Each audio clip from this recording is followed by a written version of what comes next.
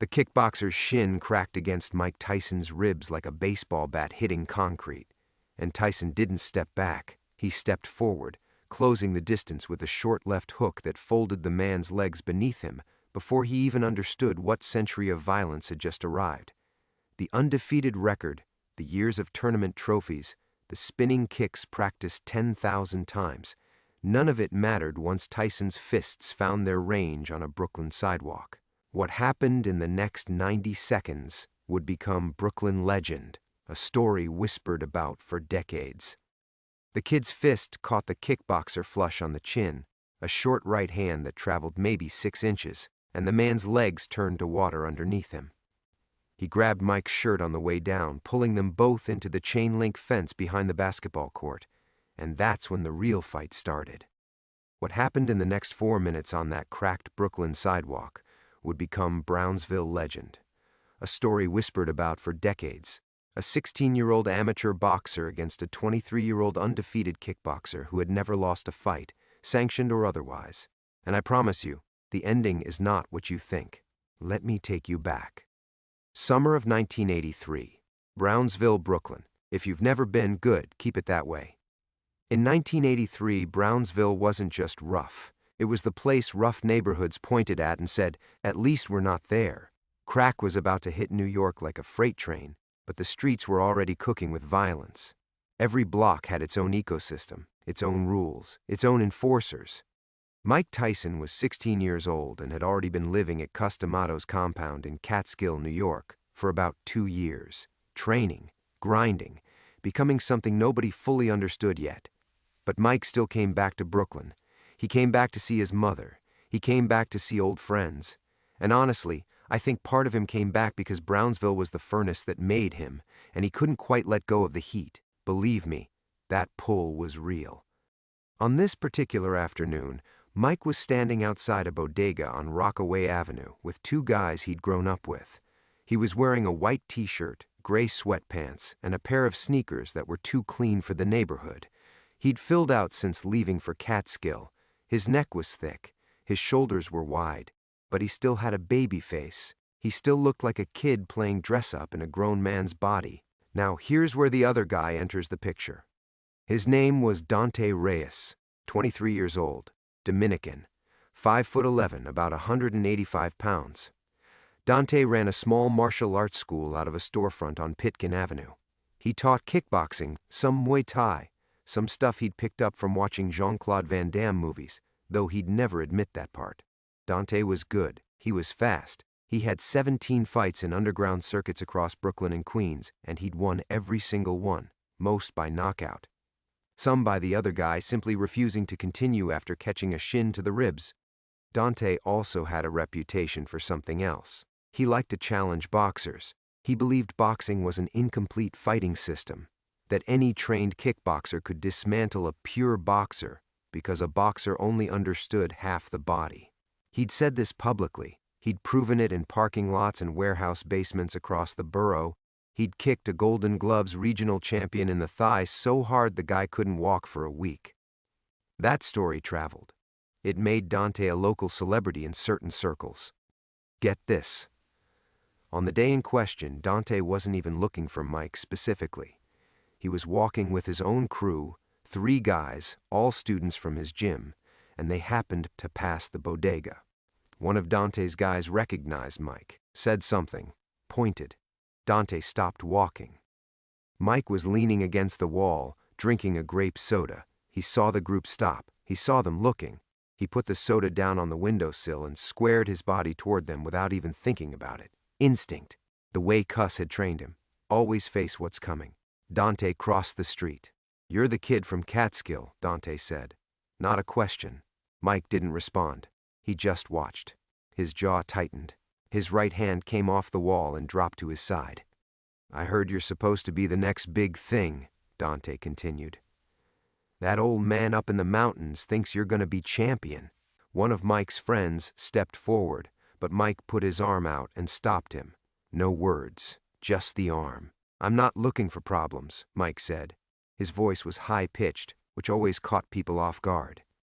This kid who looked like he could bend a fire hydrant in half had a voice that belonged to someone half his size.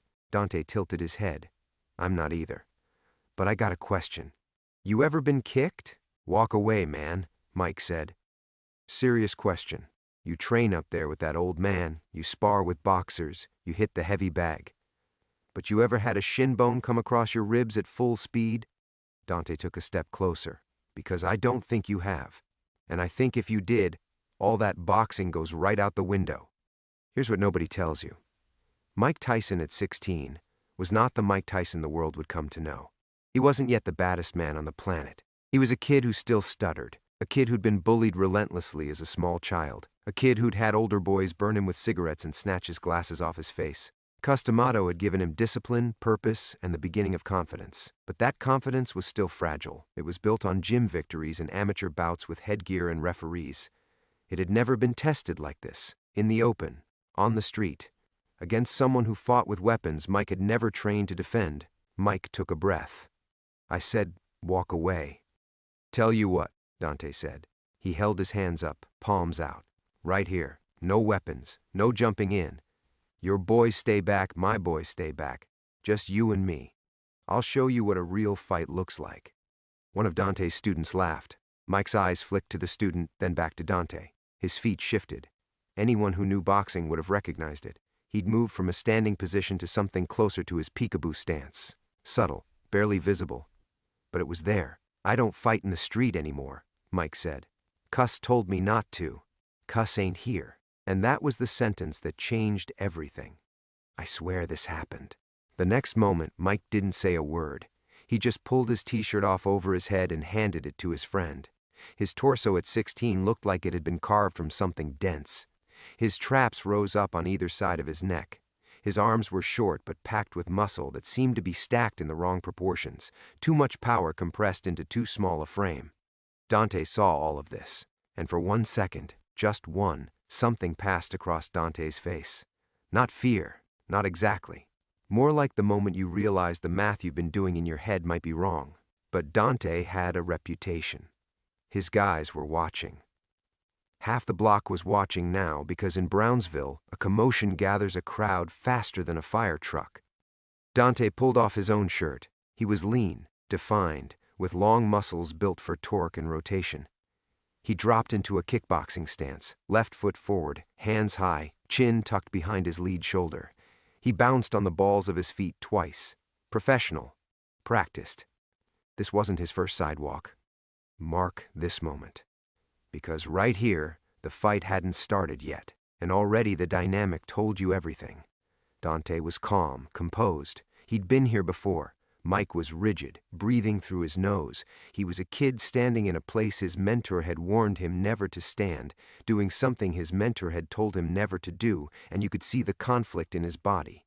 But underneath that conflict, something else was building, something Customato had spent 2 years feeding and shaping and aiming, and it was about to come out.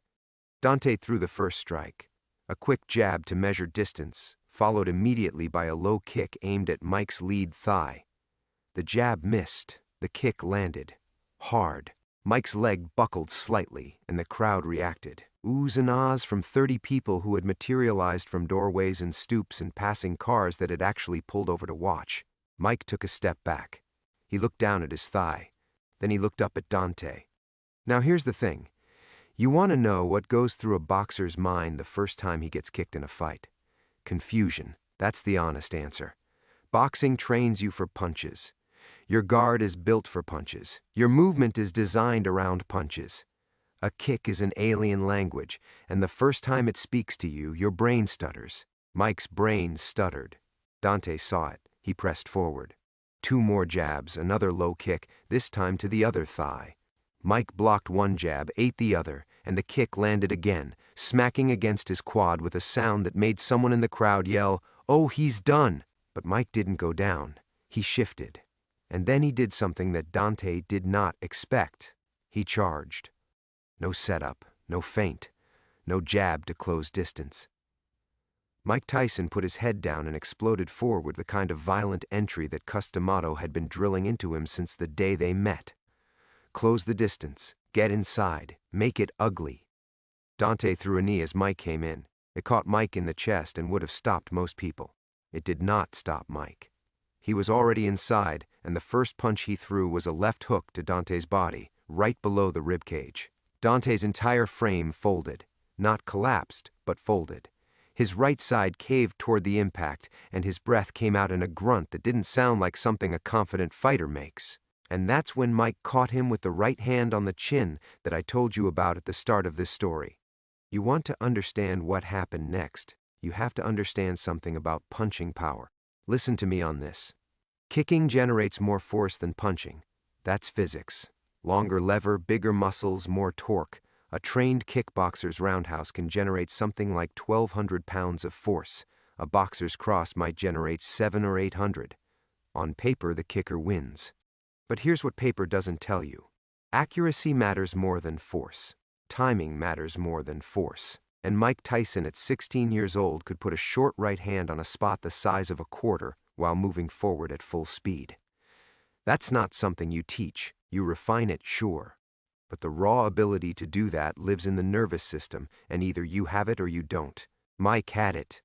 That right hand hit Dante on the point of the chin, and Dante's legs went. Not out cold, just gone. The signal from brain to legs got interrupted, and Dante reached out and grabbed Mike's shirt. Except Mike wasn't wearing a shirt. He grabbed Mike's waistband instead, and his weight pulled them both sideways into the chain-link fence that bordered the basketball court. The fence bowed under their combined weight but held, and now they were tangled, grappling, which was no man's land for both of them. Mike wasn't a wrestler. Dante wasn't a wrestler.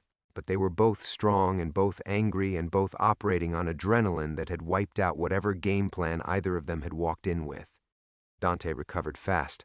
I'll give him that.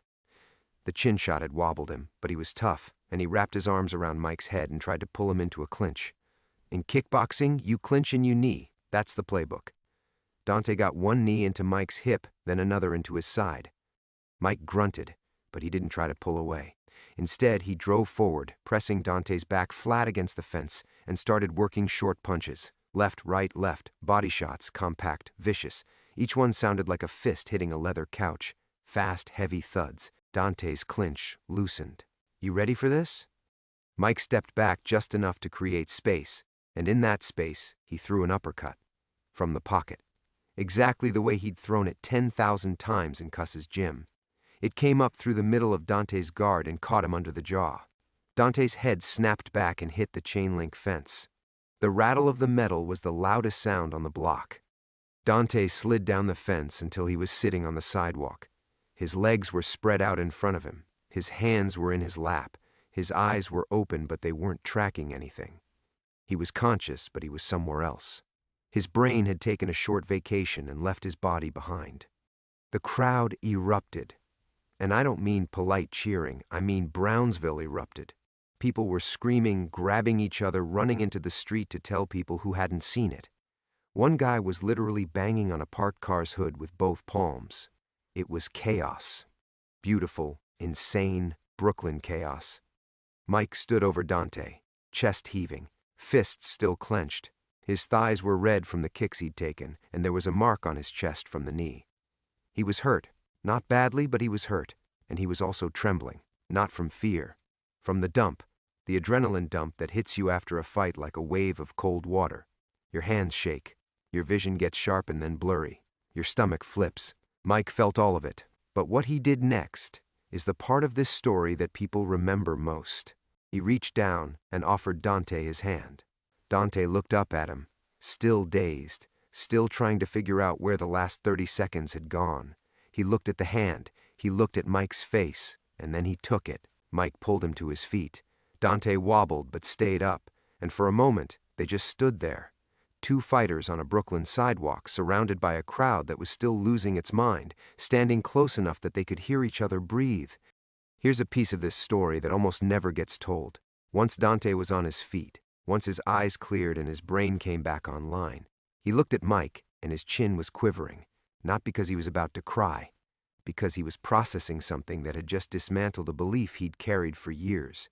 Everything he'd built his identity on, the idea that his discipline was superior, that pure boxing couldn't survive a more complete fighter, that his kicks and knees made him untouchable, All of it had just been taken apart by a 16-year-old kid in gray sweatpants on Rockaway Avenue. That's a hard thing to stand inside, even for a tough guy, maybe especially for a tough guy. Mike saw the quivering chin, and this is where the unexpected thing happened. Mike leaned in close so only Dante could hear him, and he said, "You hit hard, man. Those kicks hurt." He didn't have to say that. He'd won, clearly, brutally. He could have walked away. He could have talked trash. He was 16, and the crowd was chanting his name, and every cell in his teenage body must have been screaming at him to flex, to pose, to be the king of this block. But he didn't. He told the guy he'd just beaten that the guy had hurt him. He gave Dante something to hold on to. "I still can't believe that part." Dante nodded. He pulled his shirt back on. One of his students handed him a water bottle, and he stood there drinking from it, staring at the sidewalk. His crew gathered around him, not with pity but with a quiet protectiveness, forming a wall between him and the crowd. Dante said something to one of them that nobody else caught. Then he started walking. He didn't look back. Mike put his own shirt on. His friend handed him the grape soda he'd set down on the windowsill, and Mike took a sip. His hands were still shaking. His friend said something to him, probably some variation of "Yo, that was insane," and Mike just shook his head. "Cuss is gonna kill me," he said. And the thing is, he was right. When Cus D'Amato found out about this fight, and he did find out because nothing Mike did in Brooklyn stayed secret, he went through the roof. Not because Mike had lost, because Mike had risked his career, his hands, his future, everything Cus had been building on a street fight with a stranger. Cus had pulled Mike out of a youth detention center. He'd legally become Mike's guardian. He'd invested every ounce of his remaining energy in turning this kid into a heavyweight champion. A broken hand on a sidewalk, a police arrest for fighting, a lucky kick to the temple, any of it could have ended everything. But that conversation happened later, behind closed doors in Catskill. On Rockaway Avenue, in the immediate aftermath, there was only the buzz, the electricity, the story already forming in the mouths of witnesses who would carry it for years. Let me tell you what this fight actually meant. Trust me on this. In 1983, the martial arts world and the boxing world existed in separate universes. MMA didn't exist yet. The UFC was 10 years away. The question of what happens when a boxer fights a kickboxer was purely theoretical. It lived in barbershop arguments and dojo parking lots and late-night conversations between drunk men who would never actually test their theories. But on this sidewalk, the theory got tested. And the answer, at least on this day, at least between these two men, was devastating and clear. Boxing won. Not because boxing is a superior system, not because kicks don't work. Dante's kicks clearly worked. Mike's thighs were bruised for a week, but boxing won because Mike Tyson was a freak of nature disguised as a chubby teenager, and the particular skills he possessed, closing distance, generating power in a phone booth, accuracy under pressure, those skills neutralized every advantage Dante brought to the fight. Dante needed range. Mike took it away. Dante needed time. Mike didn't give him any. Dante needed to land clean. Mike ate what he had to eat and kept coming. This is what people miss when they talk about fighting styles. Styles don't fight. People fight. And on this particular day, the person on one side of the equation was something the world hadn't seen in a generation. Word about the fight spread through Brooklyn's fight community within days. Trainers heard about it, managers heard about it, other fighters heard about it. Nobody had footage. This was 1983. Nobody was carrying a video camera to the bodega. So the story lived entirely in oral tradition, getting bigger and wilder with every retelling, the way all great street stories do. Within a month, some versions had Mike knocking Dante out with one punch. Other versions had Mike fighting 3 kickboxers at once. One version, I'm not making this up, had Mike catching a kick mid-air and throwing Dante over the fence. None of that happened. What happened was a messy, short, brutally real street fight between 2 young men with something to prove, and the kid who wasn't supposed to be able to handle kicks walked through them and ended the fight with the same tools he'd been sharpening in a gym 90 miles north of here. That's the truth. No embellishment necessary. Now, let me tell you what happened to both of these guys afterward, because that's where the story gets its full weight. Dante Reyes continued fighting on the underground circuit for about 2 more years. He won some, and he lost some. The aura of invincibility was gone, not because of skill, but because confidence is a strange and fragile engine. Once it cracks, you can patch it, but you can feel the seam. He eventually closed his storefront gym and moved to New Jersey. Last anyone heard, he was working construction and training fighters part-time out of a garage. He never spoke about the Mike Tyson fight publicly. When people brought it up, he'd change the subject. But one of his former students, years later, said that Dante kept a newspaper clipping of Tyson winning the heavyweight title in 1986 pinned to the wall in his garage gym. No caption, no note, just the clipping. Take that for what it's worth. Mike Tyson, of course, became Mike Tyson. 3 years after this street fight, he knocked out Trevor Berbick to become the youngest heavyweight champion in boxing history at 20 years old. He would go on to become one of the most famous, most feared, most complicated athletes who ever lived. He would make hundreds of millions of dollars. He would go to prison. He would bite a man's ear on live television. He would lose everything and rebuild and lose it again and rebuild again. His life became a Greek tragedy performed in sneakers. But in 1983, he was just a kid outside a bodega who didn't want to fight and then fought anyway, and showed a flash of something that the world would soon learn to recognize. If you've made it this far in the story, do me a favor. Hit subscribe. We tell stories like this every week. Real ones, raw ones, stories that most channels won't touch because they can't verify every detail. And honestly, neither can I. But I talked to people who were there. I chased down names and numbers and found old guys who still remember where they were standing when that uppercut landed. That counts for something. Subscribe, hit the bell. I'll keep bringing you stories worth your time. Now let me finish this. There's one more detail about that day that I think matters. After Dante walked away and the crowd thinned out and the block went back to its usual rhythm of summer noise and distant sirens, Mike's friend asked him a question. He asked Mike if he'd been scared. Mike thought about it. Not for a long time, maybe 3 seconds. And then he said 7 words that I think tell you everything you need to know about who he was, even then, even before the belts and the fame and the chaos. He said, "Cuss taught me to fight scared." That's it. 7 words. And his friend didn't ask anything else. Think about what that means. It doesn't mean Cuss taught him to fight while scared, although that's true too. It means the fear was the fuel. The fear was the system. Mike didn't fight in spite of being scared. He fought because of it. Cuss had taken a terrified kid from the worst neighborhood in New York and taught him to convert fear into forward motion, into aggression, into those short, nuclear punches that came up from the hip with bad intentions and landed on chins and temples and rib cages with the precision of a surgeon and the force of a car crash. That's what Dante Reyes ran into on Rockaway Avenue. He didn't just run into a boxer. He ran into fear itself, refined and weaponized and wearing gray sweatpants. The fence they fought against stayed bent for years afterward. Neighborhood kids would point at it and tell the story. The bodega owner, a Dominican guy named Hector, would confirm it when asked and then add his own details, which changed every time. The sidewalk kept its cracks. The block kept its dangers. Brownsville kept being Brownsville. But for one afternoon in the summer of 1983, a 16-year-old kid with a high voice and heavy hands answered a question that nobody thought had a real answer. What happens when a boxer fights a kickboxer? What happens when theory meets reality? What happens when a legend is still being built and doesn't even know it yet?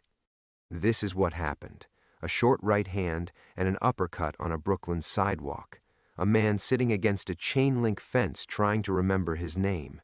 A kid offering his hand and pulling his opponent back to his feet, a sip of grape soda with shaking hands, and a story that lived in the mouths of witnesses for 40 years before it ever found a screen. That's the fight on Rockaway Avenue. That's the legend that Brooklyn built, one retelling at a time, on stoops and in barbershops and across kitchen tables, until it became something bigger than 2 men on a sidewalk. It became proof. Proof that some people are just built different. Proof that some stories don't need cameras to survive. Proof that a kid from Brownsville who was scared every single day of his life could take that fear, ball it up in his fists, and throw it at anyone who stood in front of him. And God help whoever that was.